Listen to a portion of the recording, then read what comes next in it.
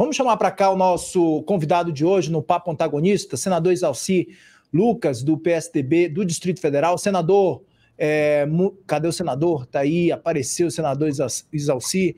Senador, muito boa noite, seja muito bem-vindo a essa edição do Papo Antagonista. É muito bom ter o senhor aqui conosco. Obrigado por ter aberto uma janela na sua agenda aí e trazer para a gente um pouco do seu olhar como senador sobre todos esses fatos, né, que estão repercutindo muito na República e que vieram a público essa semana por conta dessa operação da Polícia Federal. Como é que o senhor caracteriza esse cenário que nós estamos vivendo hoje, né? Qual a sua avaliação, desculpa, senador, qual a sua avaliação que o senhor faz diante de todo esse cenário, né, dessas ameaças que aconteceram, ameaças com comprovações que a gente mostrou, inclusive, e toda a imprensa também mostrou essas comprovações do grupo agindo ali, do grupo do PCC, armando uma execução e um sequestro para um senador da República, seu colega, por favor. Primeiro, dizer um prazer participar do programa, viu, Kenzo? Você, o Graeb, aí, o nosso querido Duda, também o Wilson, cumprimentar a todos os internautas. Olha, é surpreendente não, né? Vamos dizer assim, é muita irresponsabilidade a fala do presidente, né? No momento, início de governo, onde a credibilidade ela é fundamental para você criar realmente um ambiente no Congresso, na sociedade, o presidente, né, não só de hoje, de ontem, mas fala sempre coisas que acabam tirando, né, um pouco da credibilidade do governo. É evidente, né, com essa, foi colocado aí, eu concordo plenamente, é difícil você defender no sentido que não existe nenhuma ligação, né, do governo com essas instituições, com essas organizações criminosas. É uma coisa muito difícil, né, de justificar qualquer coisa. A fala do presidente, né, a primeira fala, não é, de que, né, vai vingar e que realmente, não é, tem que acabar com o Moro, etc., já foi péssimo, né? E, na sequência, quando aconteceu, é um desrespeito total às instituições, principalmente nesse caso, da Polícia Federal, né? A Polícia Federal atuou de uma forma brilhante, porque desvendou todo esse mistério que estava aí, e está provado. Aí o presidente, na sequência, fala que é uma armação. Como armação? Uma armação com a Polícia Federal, que é uma instituição, não é, de certa forma, independente, pelo menos a grande parte, né, dos componentes da Polícia Federal. Evidente que está falando aí, vocês falaram um pouco sobre a questão da presidente Dilma assumir o BRICS, mas é um assunto que nós vamos debater no Congresso, essa questão da lei das estatais, por exemplo. Nós não podemos aceitar o cabide de emprego em cargos relevantes, em cargos que, né, são importantes para o país, e simplesmente colocar as pessoas no comando de várias instituições sem sequer aprovar a lei no Senado. Já foi aprovado na Câmara, mas não aprovou no Senado. Então, já ocuparam os cargos, já estão exercendo o cargo, e é lamentável. Eu vejo, não é, para ocupar um cargo como presidente do banco, não é, a gente precisa ter alguns critérios, né, de capacidade técnica, né? Lógico, a política é importante, até porque as relações, acho que essa viagem à China também, ela é muito importante para o país, porque é um grande parceiro comercial, mas essa viagem com alguns componentes, né, que estão integrando a comitiva é decepcionante. Eu participei como deputado de todas as CPIs, da Petrobras, da CAF, da Lei Rouanet, não é, do JBS, uma série de CPIs que eu participei, e agora no Senado. É evidente que a participação, o acompanhamento aí da família Batista, JBS, nessa comitiva, Movimento Sem Terra, não é? E alguns empresários que participaram da questão da Lava Jato, e por mais que se critique a Lava Jato, não há que acreditar que não houve, porque houve devoluções de milhões e milhões, e está claro, óbvio, né, que o que houve foi a anulação das provas, a anulação do processo, mas tudo isso aconteceu e tive, inclusive em todas elas, com parecer independente, um relatório de cada CPI dessa, que tem provas e mais provas de que tudo isso aconteceu.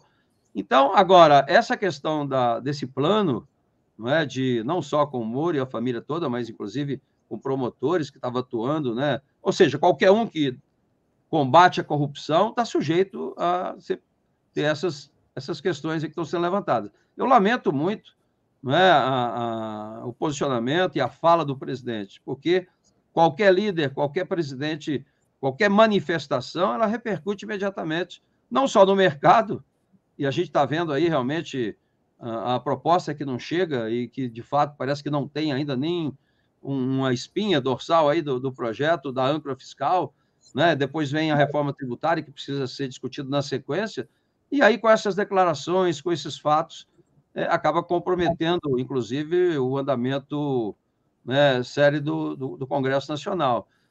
E essas ações que têm acontecido, a falta de segurança jurídica, a falta de segurança política, decisões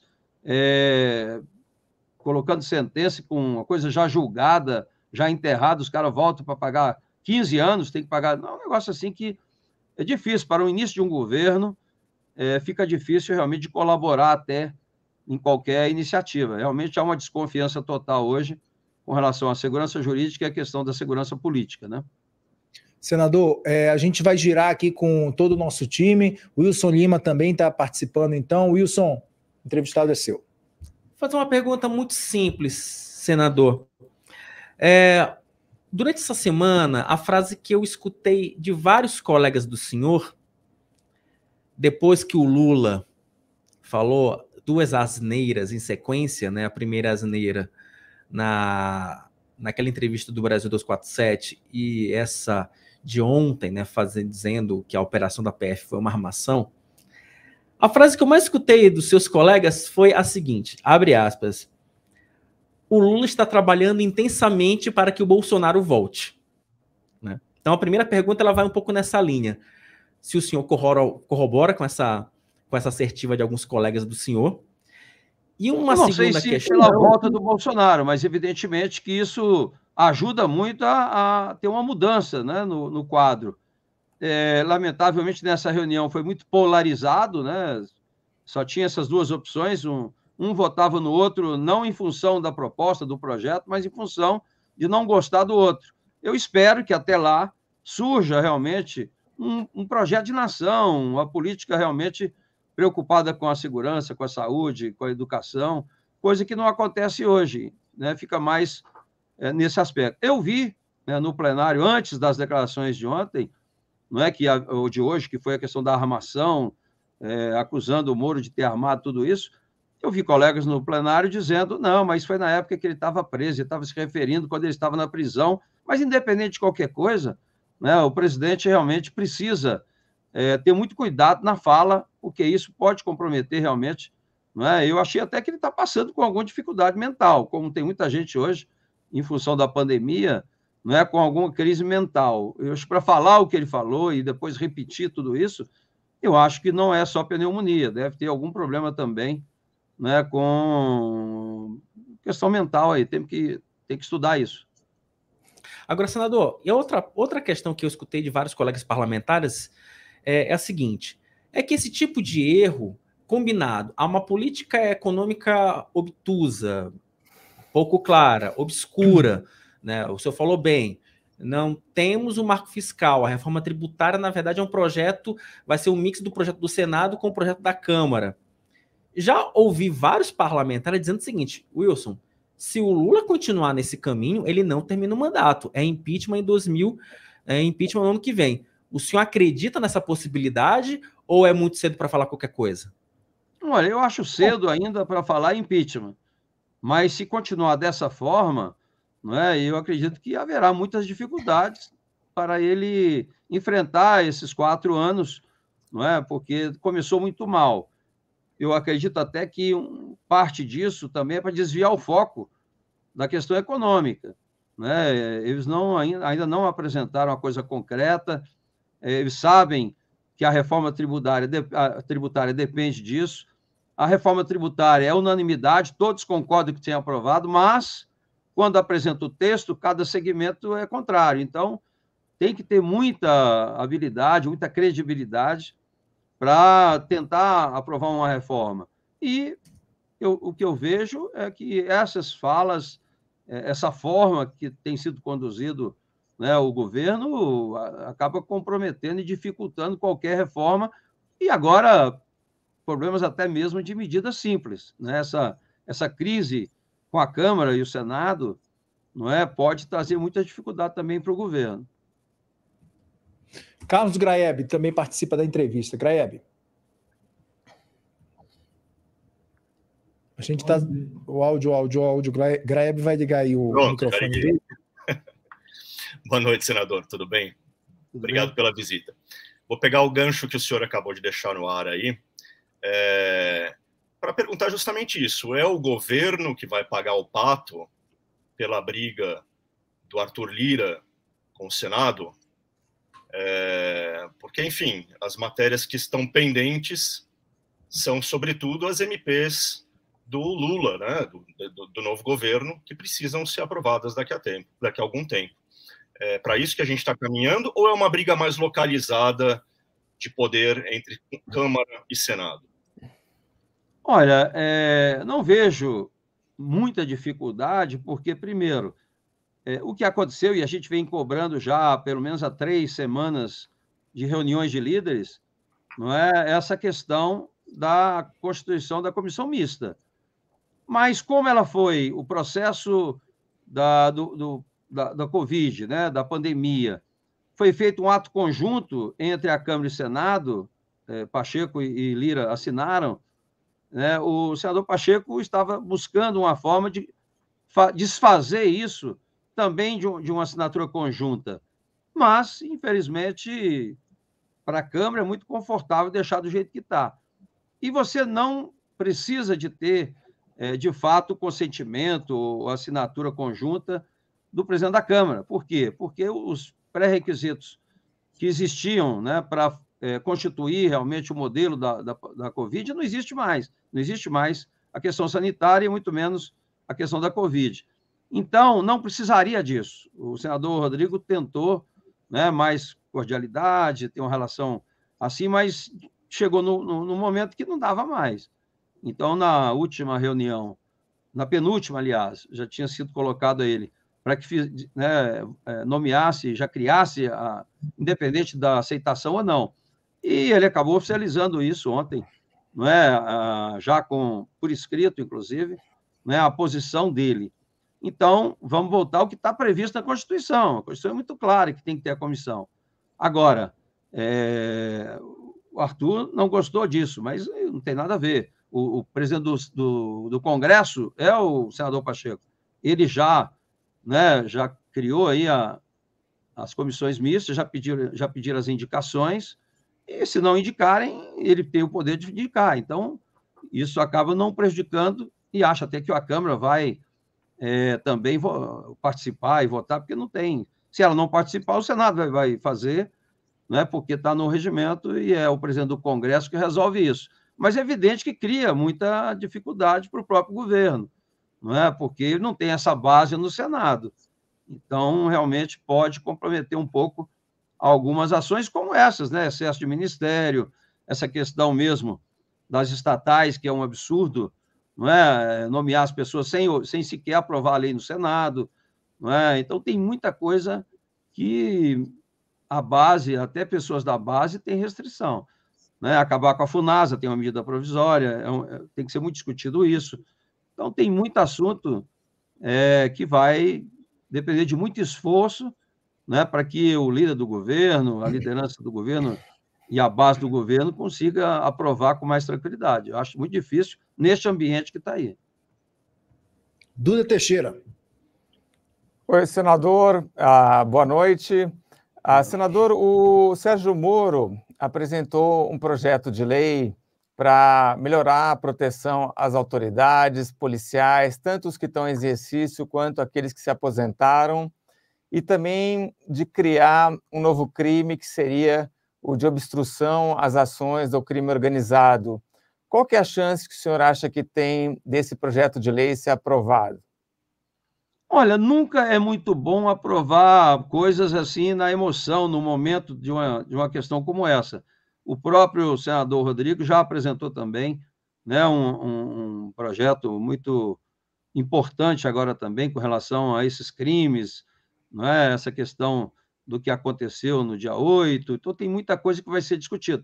Mas, com certeza, vai ser discutido, vai ser aprovado. Não sei se da forma como ele apresentou, mas é necessário, né? A coisa está muito patente de que o crime está tomando conta, né? Basta ver o que está acontecendo no Rio Grande do Norte, como aconteceu no Ceará e outros estados que também já tem algum indício, né, de participação. Eu mesmo tive ainda no governo, quando o Moro era o ministro da Justiça, eu tive com ele levantando um assunto que agora fiz também com o Flávio Dino, que é a questão do presídio de segurança. A gente, durante muitos anos, a gente evitou e discutiu para não fazer segurança pública de segurança máxima em Brasília, que é a capital da República. Aí disseram, não, mas a segurança aí é muito boa. Mas a questão não é a segurança do presídio. É que nós aqui, inclusive a Polícia Civil, detectou recentemente, não é? E quando tentaram tirar o Beira-Mar, não é? Houve um plano e a Polícia Civil do DF, né, conseguiu detectar tudo isso de o PCC tomando conta aqui em Brasília, que é a sede dos poderes, temos as embaixadas.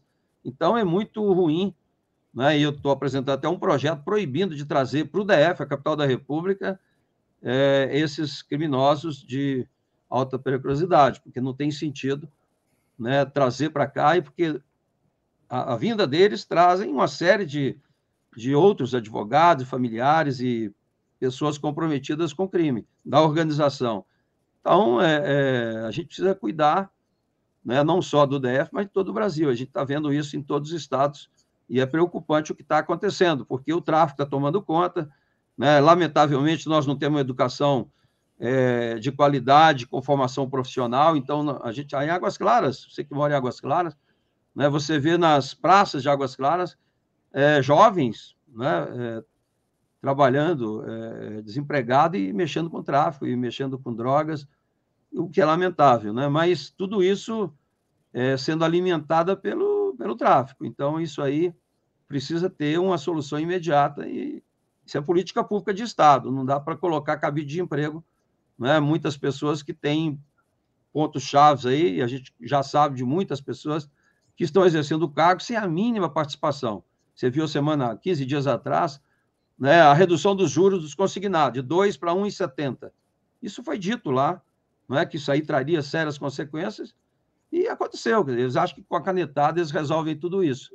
E vão ter que voltar atrás, porque se algum aposentado quiser recurso hoje com essa taxa de 1,70, vai ter que buscar os agiotas, porque nenhum banco, até a Caixa Econômica, inclusive, né, acabou parando e cessando os financiamentos. Então, não dá para você governar na canetada como está acontecendo hoje. O senador, de forma muito objetiva, o senhor falou de um projeto de lei que o senhor está prestes a apresentar para evitar que criminosos de alta periculosidade venham para o DF. É isso? Apresenta quando? Porque aqui, é isso mesmo. Eu já tive essa conversa na época do Moro e fiz agora com o Flávio Dino. Ora, não é se os poderes estão aqui... Não. Hein? Mas já apresentou o projeto ou vai apresentar agora, nos próximos dias? Não, já apresentei, foi distribuído agora para discussão nas comissões, né? Tá, tudo bem. Mas a capital não é só por questão dos poderes, né? Mas também, não é? As embaixadas estão aqui, né? Você tem que ter muita segurança. E a gente já detectou, a própria Polícia Civil, né, que existe já uma grande participação do PCC aqui. Então, você tem que tomar algumas medidas para evitar, né, que a coisa fique pior, né?